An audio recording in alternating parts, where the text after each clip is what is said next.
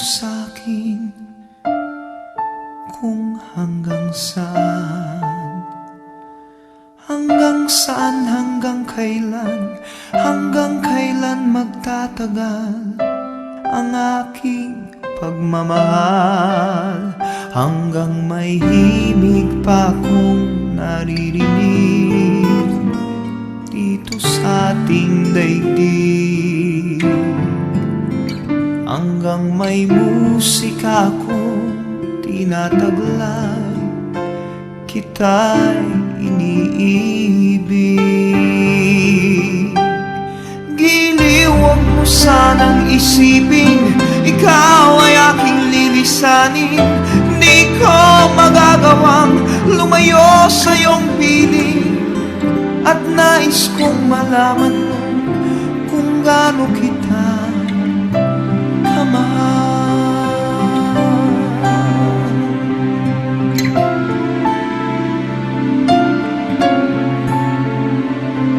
Hanggang ang diwa ko tanging sa'yo lang mamahalin kailanman, hanggang pag-ibig ko'y hanggang walang hanggan, tanging ikaw lamang, hanggang may himig pa akong naririnig dito sa ating daigdig, hanggang may musika akong tinataglay, kita'y iniibig. Giliw, huwag mo sanang isipin ikaw ay aking lilisanin. Di ko magagawang lumayo sa iyong piling, at nais kong malaman mo kung gaano kita kamahal.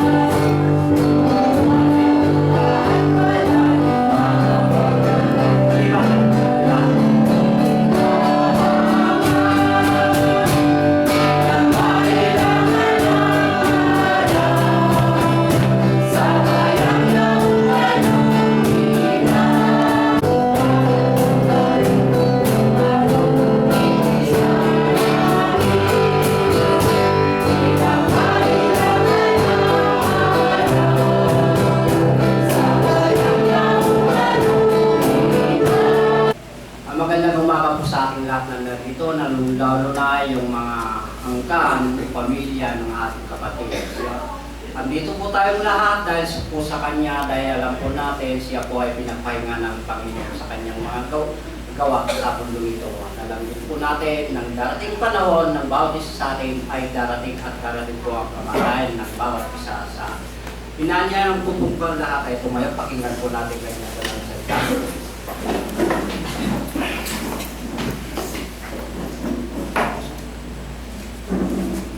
Kung sinasabi, ang magtagumpay ay daramting gayon ng mapuputing damit, ni hindi ko papawin ng anumang paraan ang kanyang pangalan sa aklat ng buhay, at ipapahayag ko ang kanyang pangalan sa harapan ng aking Ama at sa harapan ng kanyang mga anghel.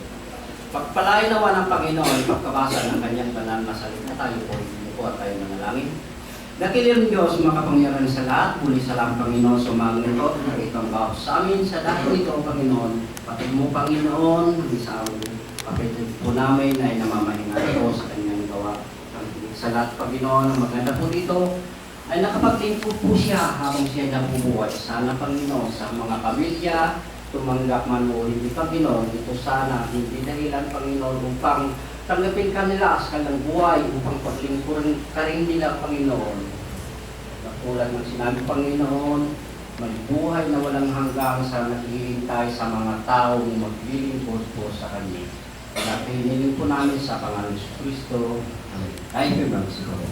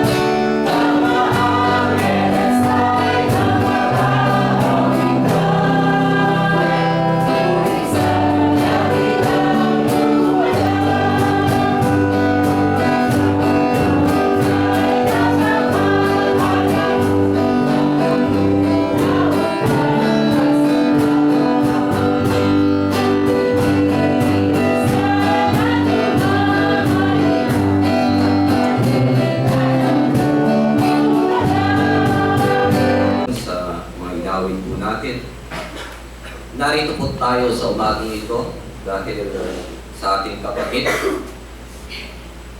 Ang ating kapatid po na ito ay isipin po natin na siya po ay namamahinga. Kasi yung lahat ng ginagawa natin sa mundong ito ay darating po ang bawat isa sa atin na ganito po yung kalagayan. Hindi na po natin alam kung kailan po tayo darating po na ganito. Pero sa bawat tao, darating po yung kanilang kamatayan. Yun po yung sa mundong ito, napakahalaga sa buhay natin na yung pagkilala natin sa Diyos. Yun po yung dapat nating isa pusong isipan. Yung pagkakilala natin sa Diyos. Kasi yung buhay po natin sa mundong ito ay napakaikli lang po. Ang buhay po natin ay intindihin po natin ito na ang buhay po natin sa mundong ito ay hiram lang po natin. Yun po yung dapat nating malaman sa buhay po natin. Hindi tayo narito sa mundong ito na nasa yung buhay natin ay kaya nating pag may karamdaman tayo ay pumunta lang tayo sa doktor ay malakas na tayo. Diba? Hindi natin alam kung hanggang kailan yung buhay natin sa mundo ito. Pero sa ating kapatid na ito, ang maganda po sa kanya, hindi po sayang yung buhay niya sa mundo ito. Bakit? Kasi nakilala niya yung Diyos na dapat niyang paglingkuran sa buhay niya. Habang nabubuhay siya sa mundong ito, nakilala po niya kung sino yung Diyos na dapat niyang paglingkuran. Ang sabi niya, may pangako ang Diyos sa Apocalypse 21 verse 4. Ang sabi niya, at papahirin niya ang bawat luha sa kaniyang mga mata at hindi na magkakaroon ng kamatayan, hindi na magkakaroon pa ng dalamhati o ng pananambitan man o ng hirap pa man. Ang mga bagay ng una ay naparang na. Kasi yung buhay po natin sa mundong ito, habang narito tayo sa lupa, ay talagang hirap yung dapat natin gawin. Nagtatrabaho tayo, naghahanap buhay tayo. Yun po yung kadalasang ginagawa ng tao sa mundo ito. Pero ang nakakalimutan natin, sino ba yung nagbigay ng buhay sa bawat isa sa atin? Diba? Yun po yung nakakalimutan ng tao. Ang ating kapatid na ito, hindi niya naririnig yung aking sinasabi. Pero tayong narito, kilala ba natin kung sino yung Diyos na nagbibigay ng buhay sa atin? Kilala ba natin kung sino yung Diyos na nagbibigay ng lakas po natin sa araw-araw na buhay natin. Ang tao, karaniwan, gugol siya sa buhay sa mundong ito. Yun po yung karaniwan sa tao. Diba? Dahil gugol ang buhay niya sa mundong ito, ano yung nakakalimutan niya? Kahit araw ng linggo, nakakalimutan niya ang Diyos sa buhay niya. Yun po yung kadalasang nangyayari. Nakakalimutan niya kung sino yung nagbibigay ng biyaya sa buhay niya. Nakakalimutan niya kung sino yung Diyos na dapat niyang pasalamatan sa buhay niya. Ang karaniwan, ang tao, pag pumapasok dito sa church, una, kapag siya ay bibinyagan. Diba? Yun yung kadalasang nangyayari sa tao. Kapag siya ay nabinyagan, lumaki siya, ikakasal siya. Diba? Yun po yung kadalasang nangyayari sa tao. At pagkatapos siyang ikasal, dumating yung kanyang kamatayan sa mundong ito, ipapasok na naman sa church. Ilang beses na pumasok ang isang tao sa church? 3. Diba? Yun yung kadalasang nangyayari. Kapag hindi mo kilala kung sino yung Diyos na iyong paglilingkuran, yun po yung kadalasang nangyayari kapag pinasok ka sa church. 3 beses ka lang ipinasok sa church. Pero kung kilala mo kung sino yung Diyos na iyong paglilingkuran, sigurado, linggo-linggo, narinito ka, nagpapasalamat ka, naglilingkod ka sa Kanya. Pero may pangako ang Diyos sa binasa ng ating kapatid kanina, yung aklat ng buhay, ang tao, mayroong nakatalak yung aklat ng buhay mo. Ang tao, ang sabi ng Diyos, kapag naglilingkod ka sa akin, yung pangalan mo, nasa aklat ng buhay. E papaano kung hindi ka naglilingkod sa Diyos? Nasaan yung pangalan mo?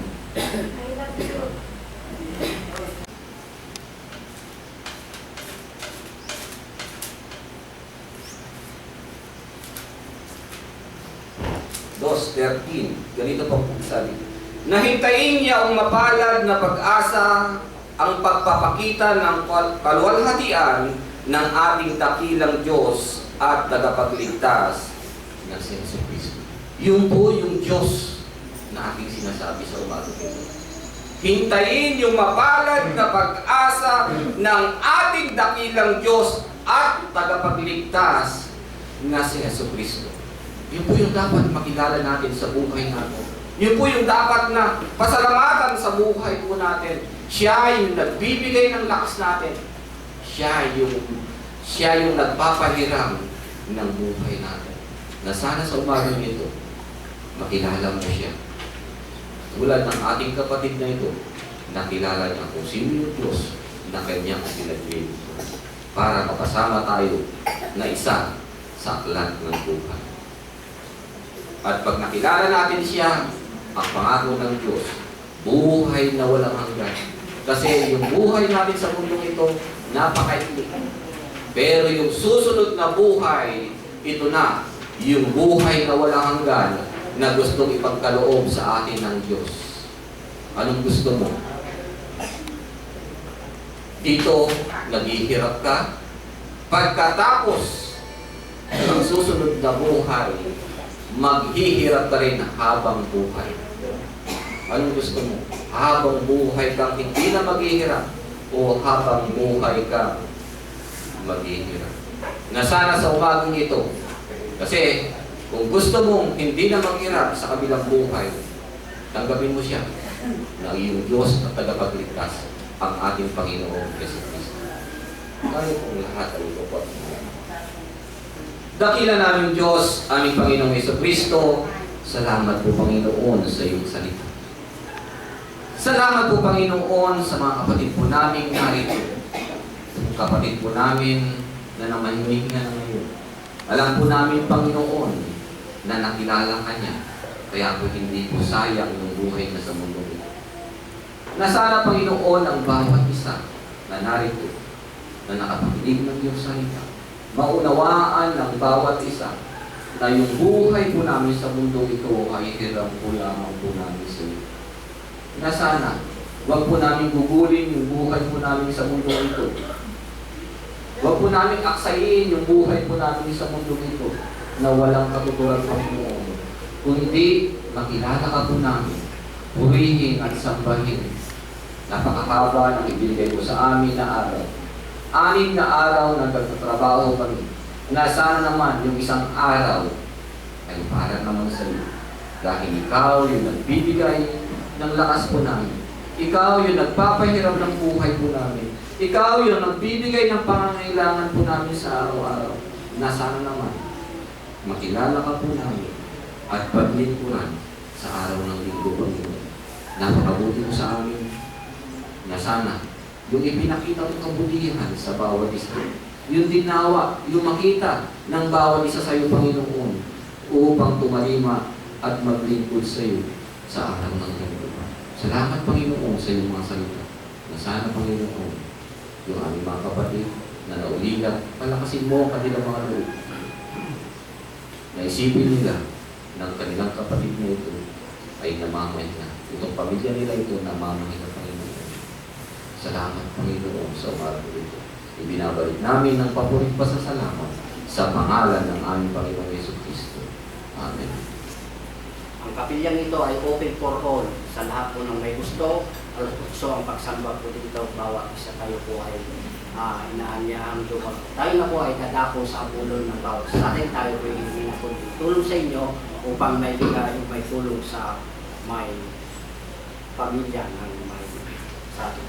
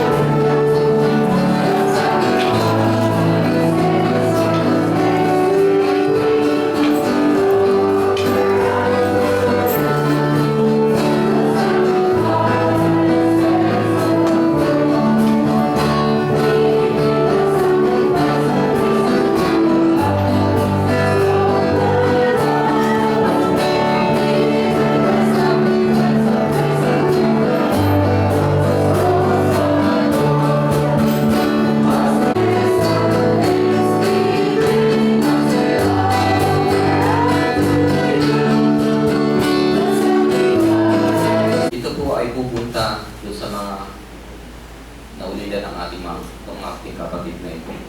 So, ibibigay ko po ito sa ating mga kapatid.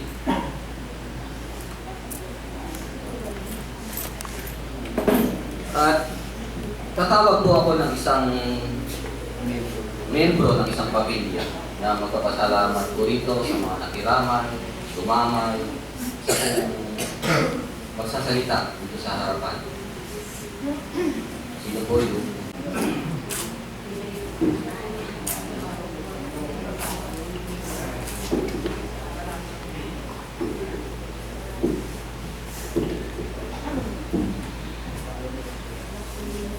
Sa lahat, nais kong hingin ang pagkakataon na ito upang pasalamatan ang ating Panginoong Diyos sa pagkakaloob niya sa mahabang buhay ng aming butihing tatay. Nakapiling namin siya na mahabang panahon sa aming ina na mula sa simula kasama ng aming tatay sa pagtaguyod sa amin. Alam namin, ina, na mahal mo si tatay. Salamat, Inang, sa buong pagmamahal mo siyang inalagaan. At sa huling sandali ng kanyang buhay, ikaw ang nasa tabi niya, na hawak kamay mo siya sa habang ibinubulong sa kanya na maging matatag siya. Salamat sa iyo, mga kapatid ko. Sa iyo, Manong, na kahit matigas ang iyong ulo. Alam kong mahal na mahal ka ni tatay. Pag nalalasing ka na hindi siya mapalagay, baka kung ikaw ay mapaaway sa labas, at noong nagkasakit ka, lagi kanyang inaalala kung kumain ka ba o hindi, o tuminom ng gamot mo na kahit siya ay may sakit rin. Salamat sa iyo, LB. Alam kong ikaw ang pinakamalayo sa piling namin nila tatay. Ngunit hindi ka nagkulang, adik ko, sa pagmamahal, pag-aalaga, at suporta. Sa aking mga magulang, sa ating mga magulang, na ibigay mo sa kanila ang magandang buhay. Matagal kang hinihintay ni tatay numuwi. At salamat dahil sa huling sandali natupad din ang hiling ni tatay na makita mo siya at makapiling kahit sa huling hantungan niya. At sa iyo, Jerry, ading ko, salamat dahil hindi mo pinabayaan si tatay sa pagbabantay at pag-aaruga sa kanya hanggang sa banig ng kanyang karamdaman. Lagi ka nandiyan upang sila ay alalayan. Miguel, ikaw ang junior ni tatay. Ikaw naman, kahit malayo ka, lagi kang hinihintay ni tatay para dalawin siya. Salamat dahil hindi kayo nakalimot ni Nita at hindi kayo nakalimot dalawin ang ating mga magulang. Salamat sa pag-aalaga, sa mahalagang okasyon na lagi kayong andyan. Celia, salamat sa pag-aalaga mo kay tatay at napakaswerte mo at nailagaan mo siya bago ka bumalik sa iyong trabaho. Oo, bunso, ading, baby, mahal na mahal ka ni tatay. Kasama mo siya lagi, mamumundok, nagtatanim ng gulay. At lagi kang nakalalay sa kanya, sa aking mga kamag-anak dito sa Gandos. Maraming salamat sa inyo. Lagi kayong nandiyan upang alalayan at alagaan